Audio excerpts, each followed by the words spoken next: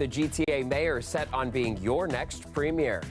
I have the experience, the energy, and the passion necessary in taking on this job. Bonnie Crombie kicks off her campaign to lead the provincial Liberals. How she may fare now that she's not just in Mississauga anymore. Definitely there's money to be saved. Plus, Markham's mayor is pushing for the amalgamation of the city of York. How many of the other regional mayors are saying no way, and whether the provincial government is on board. Had no issues the past couple of years with service vehicles going by. It's just odd that this suddenly became an issue. And why your favorite patio is not in action this summer. The big gulps several Cafe TO applicants say they are facing amid a shifting approval process at the city. Good evening, I'm Chris Glover. Toronto is right in the thick of its mayoral election, but over in Mississauga tonight, another political race is in the spotlight. The contest for the Ontario Liberal Party leadership just revved up, with Mississauga Mayor Bonnie Crombie kicking off her bid. Patrick Swadden was there, and he's got the story tonight. Supporters in Mississauga thrilled to have Mayor Bonnie Crombie join the Ontario Liberal Party leadership race. And why does she think she's the best fit to lead the party? As a mayor, as a former city councillor, as a former member of parliament, I have the experience, the energy, and the passion necessary in taking on this job. And Crombie will need that energy to take on challengers already in the race. I'm not interested in an unambitious, right-of-center way to govern. I want to build housing. I want to protect the Greenbelt. Liberal MP Nate Erskine-Smith declared his candidacy early last month, while MP Yasser Naqvi just recently announced his bid, along with MPP Ted Zhu. I have experience in opposition, more experience in opposition than any of the other leadership contestants, and that is where the Liberal Party is right now. But political expert Meyer Simiatiki says this announcement undeniably makes her a frontrunner. She has the highest profile. She has name recognition. She has a record of political leadership that she can stand on. But he says the race will still be competitive. Crombie has told the CBC in May she worries about the party's drift to the left and wants to create a strong centrist party that can challenge Ford's Conservatives. I normally vote Conservative, but I'd vote Liberal now. Others want to wait and see. I'm looking forward to seeing what kind of platform she'll be running on and presenting. Crombie's announcement comes just as Peel Region announced its dissolution, leading many to wonder if she'll stay on as mayor. Crombie said today she would take a leave of absence when the race heats up. I think there are some concerns in terms of, what she can do while she's mayor and running at the same time, but I trust her. But others like Councillor Carolyn Parrish says she should resign now and put her energies into the race, that her running will only make things more difficult for Mississauga. The leadership race will be decided this December. Patrick Swadden, CBC News, Mississauga. Still in Mississauga, in the lakefront promenade area, a man's body was recovered from the water tonight following multiple reports of a swimmer in distress. Rescue efforts were commenced with both the Peel Regional Police Marine Unit and Mississauga Emergency Services Fire just shortly before 6 p.m. Unfortunately, they did locate the adult male deceased. Police say the victim was in his 60s and he was swimming alone. The conditions of the water were reported as being relatively calm at the time. And a child is in life-threatening condition after a collision in Brampton tonight. It happened shortly before 5 in the area of Sugar Hill and Orange Grove Drives. Police say the child is a boy believed to be between 12 and 15 years old. The cause of the crash is still under investigation. Over in York Region, Markham's mayor is pushing for a big shakeup, urging the Ford government to combine all York's municipalities into one big city. Talia Ricci has the new push and the push back tonight. Markham's mayor says the operating expenses for all of the municipal governments in York total approximately $4.4 billion. The region already shares school boards, police, EMS, a transit system, and public health. But he thinks, unlike in Peel, it makes sense to consolidate more services than to dismantle them. In a letter to the province, Frank Scarpitti highlighted that York Region has a total of 77 municipal representatives for 1.2 million people, whereas Toronto now has 26 representatives for 3 million people. Knowing what's just happened in Peel and what happened in the City of Toronto, how can you not but make some changes that improves the governance, makes local government stronger? Other local government leaders in the region are against the idea.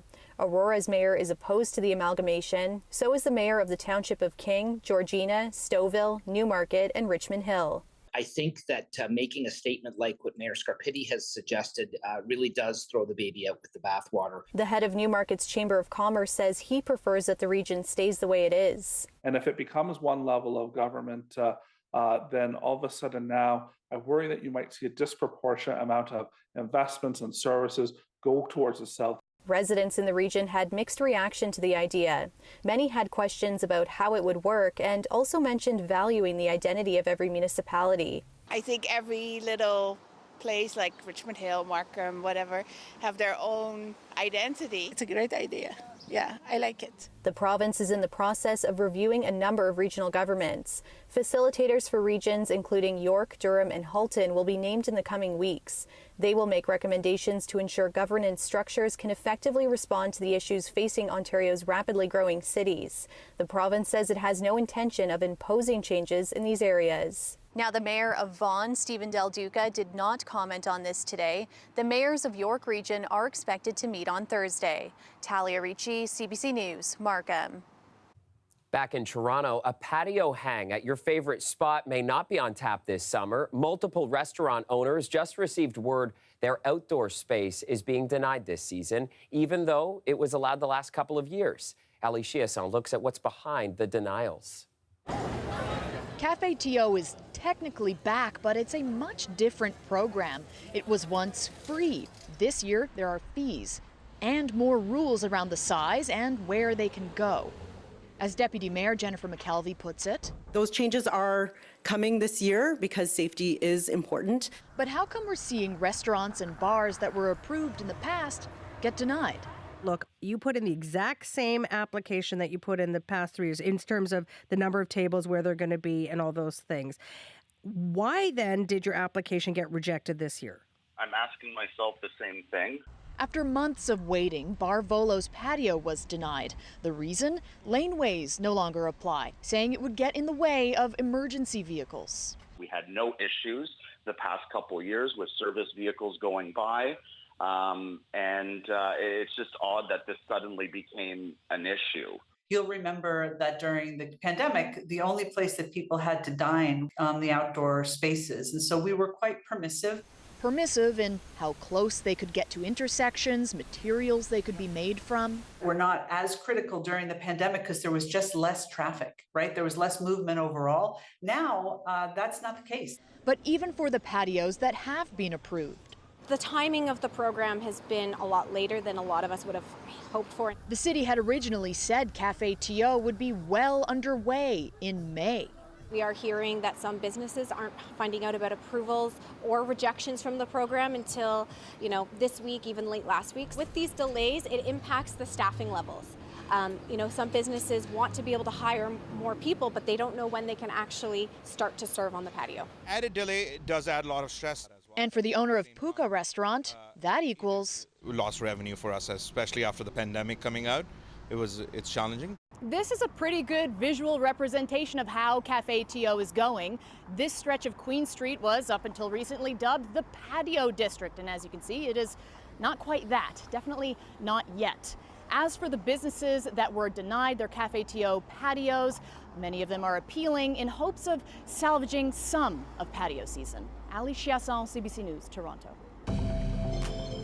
For those who could open up, a nice night for a patio hangout there. Picture perfect, really, as we look live at the city's skyline. Johanna Wagstaff joins us now with a first look at your forecast. And hey, Joe, a big storyline today was the possibility for funnel clouds, but that potential threat is now gone.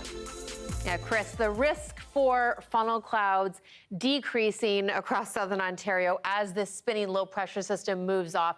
So the advisories have ended. But yeah, not that often we get funnel cloud advisories for the GTA down around the Golden Horseshoe. It really was because of this spinning low, bringing that spin in the upper levels of the atmosphere. It's just a right setup for the potential for funnel clouds, which don't often make their way down to the ground, but if they do, they can produce damage similar to a tornado, just a different type of mechanics than your full-on tornadoes. Through the next 24 hours, we're looking at temperatures to continue to drop, waking up to around a 13, which is sort of seasonal for your overnight low. Clearing skies, though, you'll notice tonight across the GTA as that low departs.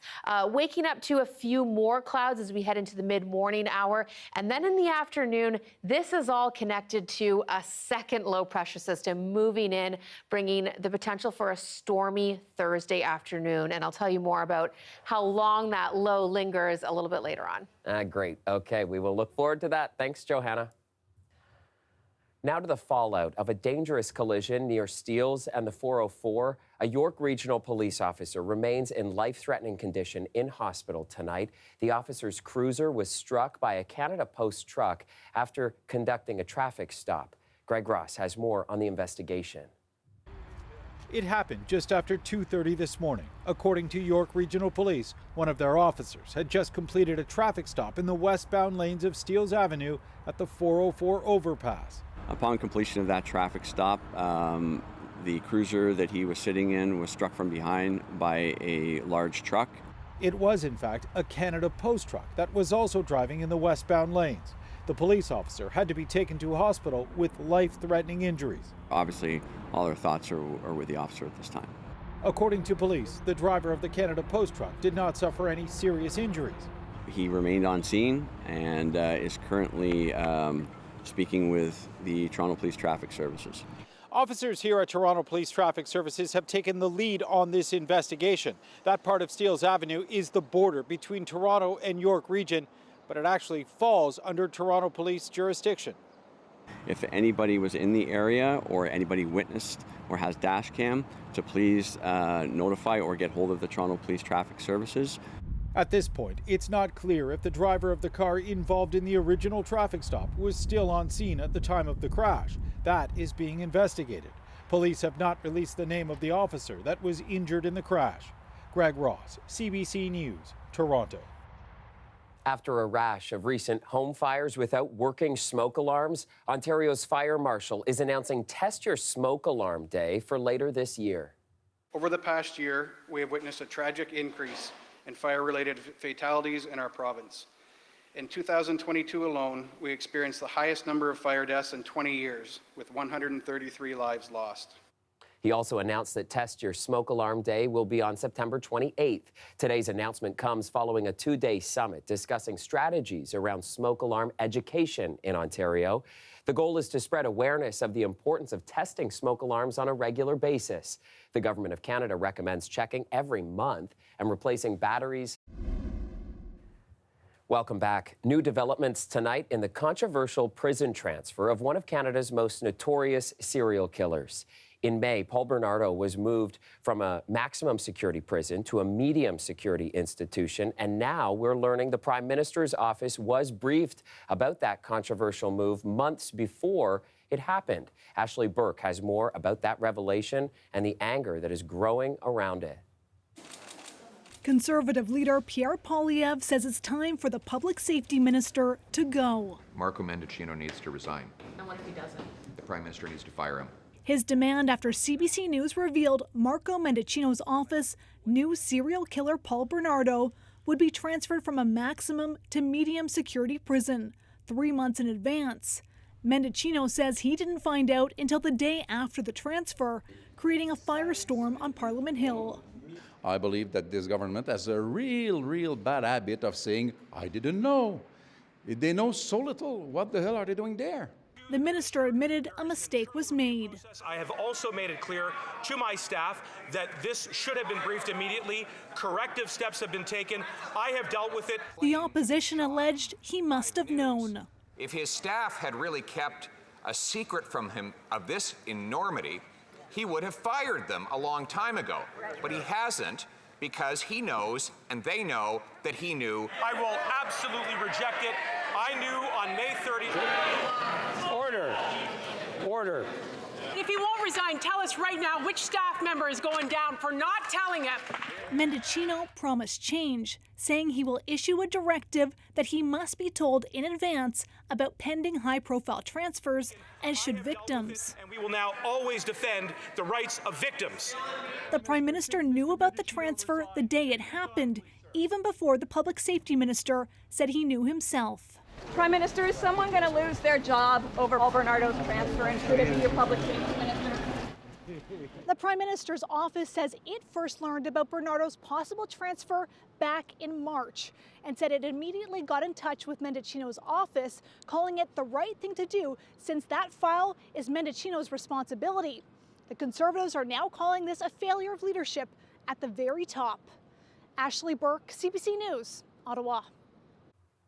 Ontario's top court dismissed conviction appeals for Dylan Millard and Mark Smitch in the high-profile killing of 32-year-old Tim Bosma. Today's decision acknowledged the 2016 trial was contentious and lengthy, but agreed it properly addressed all relevant issues. Bosma was a Hamilton father who was a stranger to Millard and Smitch. The court already dismissed Millard's appeal for killing his own father. Now to Toronto's mayoral by-election, and if advance voting is any indication, we could be in for a much bigger voter turnout this time.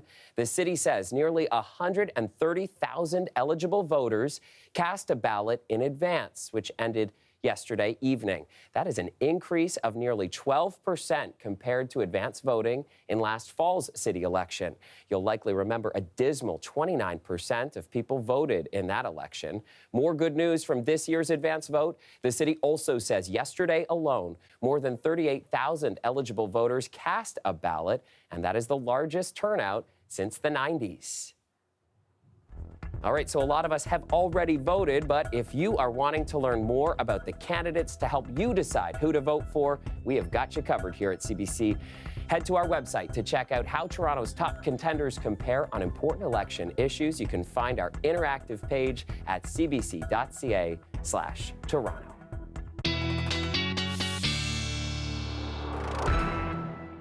All right, Johanna Wagstaff is back with a look at the long-range forecast. And Joe, the stormy weather is coming back tomorrow as well. Yeah, Chris, we're also heating up in the forecast. We've been a little cool and breezy as well as showery the past couple of days. Temperatures tomorrow back up to, or at least close to our seasonal mark, which is around 24 for this time of the year, based on our last 30-year average anyway. So a snapshot of tomorrow's highs. This is straight model data. I think they might be underplaying the temperatures a little bit across southern Ontario. 22 to 24, I think, for the GTA. 26 towards Ottawa, Montreal. Not quite seeing that warmth out towards the east coast, and Windsor, a bit of a humidex towards southwestern Ontario. Wanted to show you the big picture as far as what's coming in the days ahead. We've had a bit of a break from that extreme heat. So to get you through the weekend, things will be back up to that seasonal mark. It's as we head into early next week, notice this bigger warm up. That's what will bring above seasonal temperatures, but really not until mid to end of next week. So the next warm-up is coming. It's just about a week away.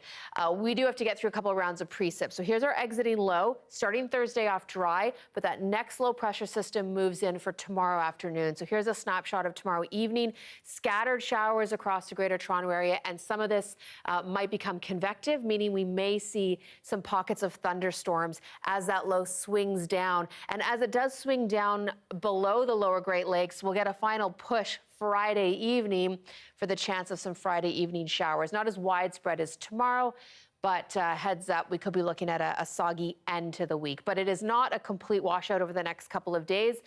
Again, tomorrow for most of the day, we've got sunshine. It's the afternoon that we'll watch for a pop-up thunderstorm. Starting Friday off dry, and then that low swings around again. Friday evening, chance of showers. Keep your eye on the Friday forecast, though. There is a chance that low may clear us in the end, and we could stay all dry. Definitely dry for the weekend. High pressure builds back in. Mid-20 temperatures, a little bit of a humidex building, so starting to feel muggy. And as we head into early next week, that's what we'll be watching for. Some good winds to kick in as that ridge really establishes, and also the beginning of what could be a hot and dry week ahead. Back to you, Chris. Thank you, Johanna. Looks like a beautiful weekend, and we will be right back. Finally tonight, Mount Sinai Hospital is turning 100 years old this year, and to celebrate, an interactive exhibit is on display at the Art Gallery of Ontario. Take a look at this. We will see a tower of change through pocket change, which symbolizes the original $12,000 that were founded to purchase 100 Yorkville Avenue. It means courage and one's vision to make a difference in the world. Because if you look at what these four women have done and the legacy they've created, it has transformed society. And it's a wonderful gift to Toronto, to Canada, and to the world. I think it's a story of inspiration and it's a story of transformation, because looking at where we are today, it was made possible because of these four women and their vision. It's sort of like the legend of your great-grandmother, and then to have 100 years later her story being retold is something now I'm bringing forward to my own daughters and talking about the way she served her community and the way we hope they will serve their community. I came to this exhibition yesterday with my 88-year-old father, who lived with Dorothy for a big part of his life when he was young, and he was really moved, I mean almost moved to tears, to see the story of this place, how it evolved from a tiny, tiny little initiative to try to give care to people who couldn't get care, all the way to this international place of importance. We're so excited about the next 100 years because we're building on a foundation of success, but on a foundation of also we're not resting on our laurels. We know we need to continue to improve and to do better, and collectively we can do that. And if we look at the history of this institution, we are today because of our community. And together we can accomplish much more than one individual alone. So we know we can count on our community, and that in itself gives us a lot of inspiration for the future and a lot of faith in the future. I still can't get over that $12,000 purchase price for that land. My goodness, how times have changed. And that is our show for you tonight. Thank you so much for watching. I'll be back tomorrow at 11 o'clock. Have a great night.